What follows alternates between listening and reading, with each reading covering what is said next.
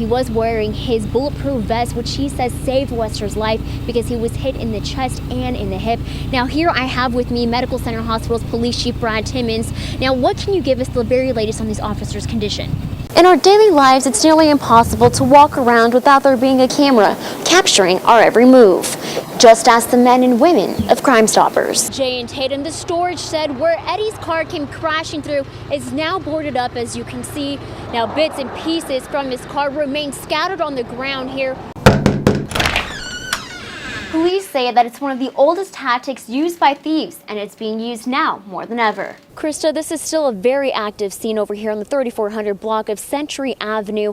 Now, just a few moments ago, the Odessa SWAT team could be heard over their intercom asking the man who they're referring to as Tim to come out of the house with his hands up. Now, I'm going to come over here and introduce you guys to David Jordan over here. He was a neighbor who was evacuated to Burnett Elementary during the situation.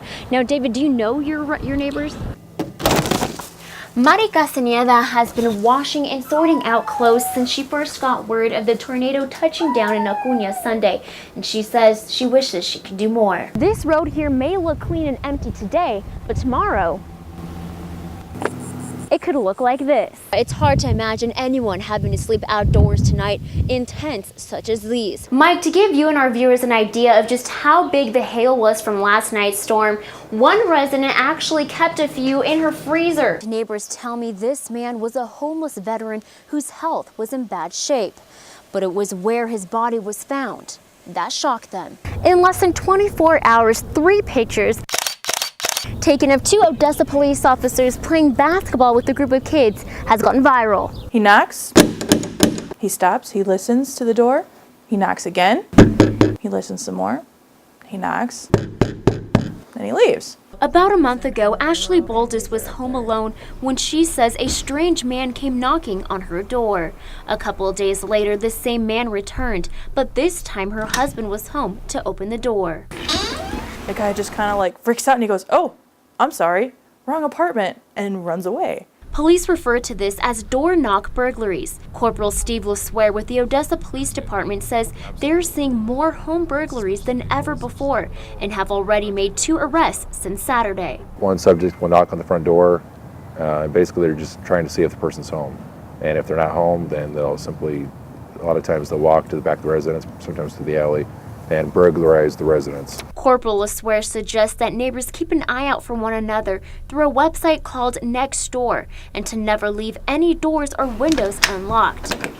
He says one of the best things you can do is invest in an alarm system. The vast majority of the homes that do have alarms, they don't get broken into. I mean, they may be attempted, but they never have anything taken. Police always recommend that people report any type of suspicious activity. And if you are interested in downloading that app Nextdoor, you can find the link on our website at CBS7.com. Reporting in Odessa, I'm Deanne Lopez, CBS 7 News. That's correct, Tatum. His name is Jimmy Tillman, and he was a friend and co-worker of Russell's. Now the two were here at the Acacia Apartments trying to repossess Mohammed's car when things turned deadly within just minutes.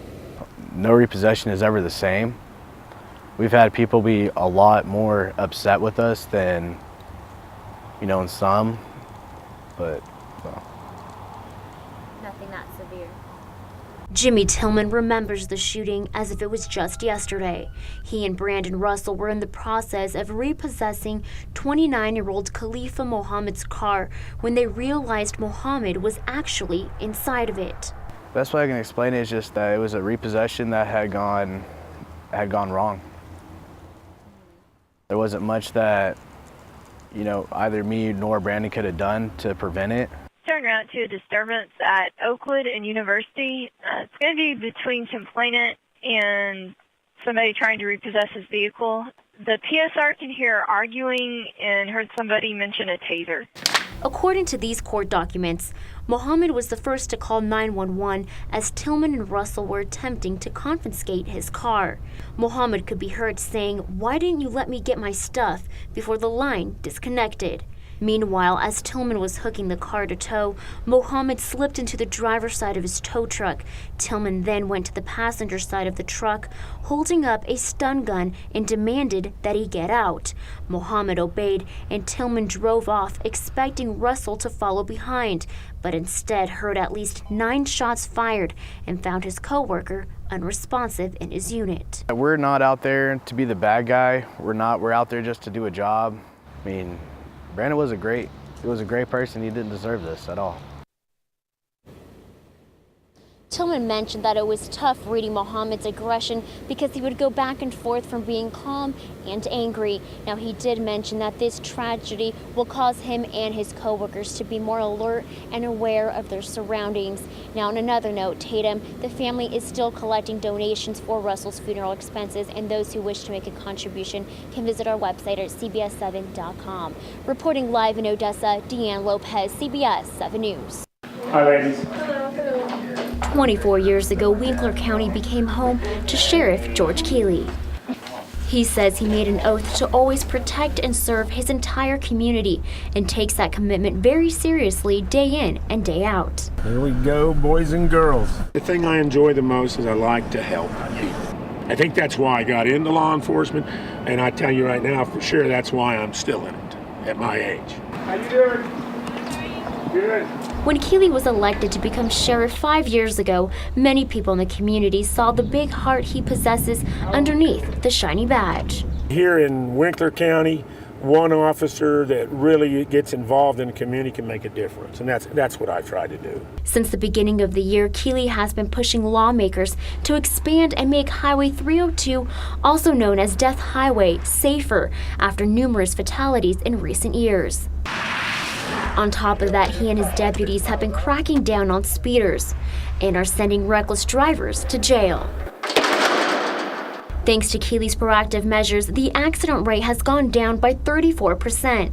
He says he gets his work ethic from his parents. I don't know how many times my father said, George, anybody can do what's expected of him. The guy that goes further, beyond what's expected, that's the guy you want on your team. My mother was a Christian. She told me, turn it over to the Lord, go out and do your best. And that's my philosophy of life in a nutshell. God willing, Keeley hopes to run for sheriff again come March. Reporting this week's Hometown Hero, I'm Deanne Lopez.